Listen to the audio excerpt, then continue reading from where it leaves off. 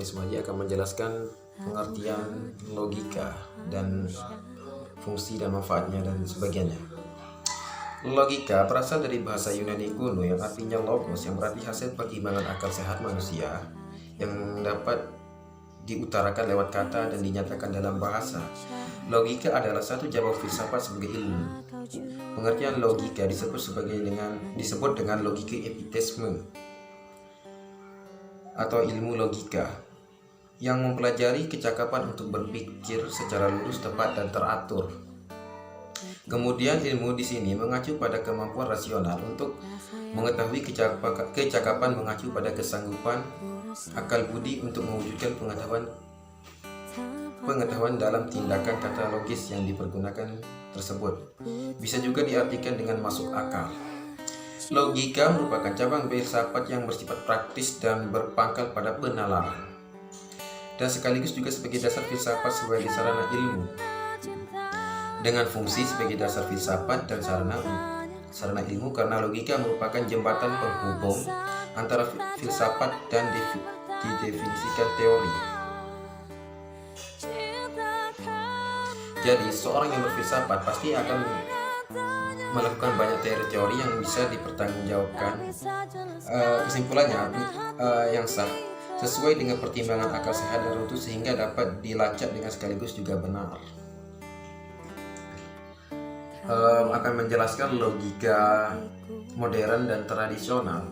Logika modern itu merupakan modern atau logika simbolik, karena menggunakan tanda-tanda simbol matematik yang hanya sanggup membahas hubungan antara tanda-tanda itu, padahal realitasnya tak mungkin dapat ditangkap sepenuhnya dan tepat-tepatnya oleh simbol sistematik. Kemudian logika tradisional yang mempersoalkan definisi konsep dan struktur susunan nuansanya, serta selak-beluk penalaran untuk memperoleh kebenaran yang sesuai dengan realitas. Jadi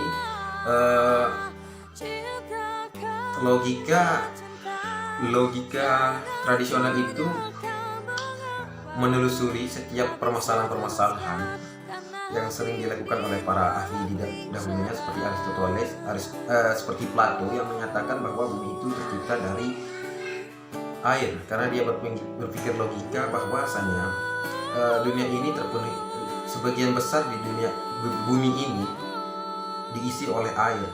Daratan itu sedikit, maka yang dicenderungi adalah air. Maka dia berpendapat bahwa setiap unsur-unsur kehidupan itu adalah air. Itu termasuk pemikiran logika tradisional.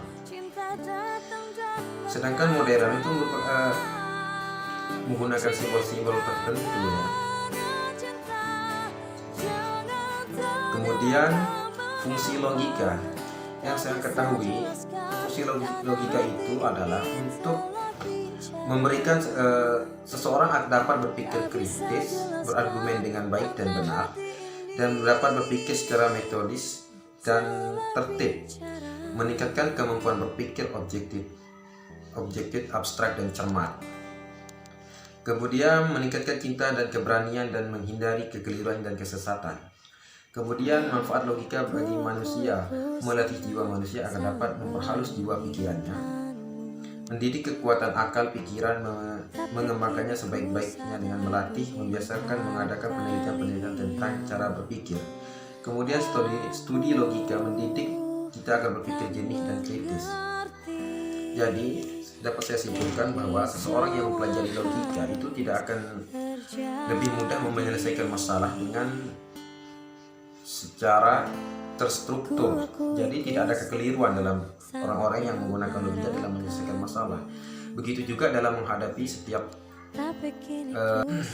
seseorang yang mempelajari logika akan lebih mudah dalam menyelesaikan masalah dan tidak akan berbelit-belit dalam menyelesaikannya, karena seseorang yang mempelajari logika itu akan mampu berpikir kritis dan tidak akan mudah mengambil tindakan yang ceroboh. Jadi menurut saya ilmu logika ini sangat penting untuk dipelajari, karena ini akan dapat digunakan dalam kehidupan sehari-hari. Seseorang yang mempelajari ilmu logika biasanya lebih cenderung akan dapat berargumentasi dengan baik, sehingga penalaran pemikirannya juga akan lebih baik. Itu adalah kelebihan bagi orang-orang yang berpikir logika. Kemudian yang selanjutnya adalah jenis-jenis logika.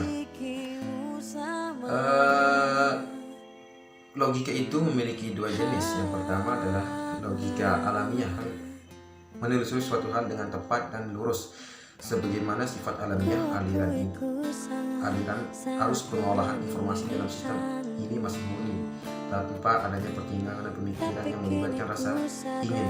Rasa lebih cenderung berkategori subjektif. Jenis logika alamiah ini selalu dibawa sejak manusia terlahir di dunia. Dengan adanya logika ini akan mengarahkan semua tindakan pengambilan keputusan berdasarkan prinsip benar atau salah. Jadi logika alamiah ini merupakan logika yang sudah ada sejak kita lahir, di mana kita berpikir secara alamiah, secara jalur kehidupan kita.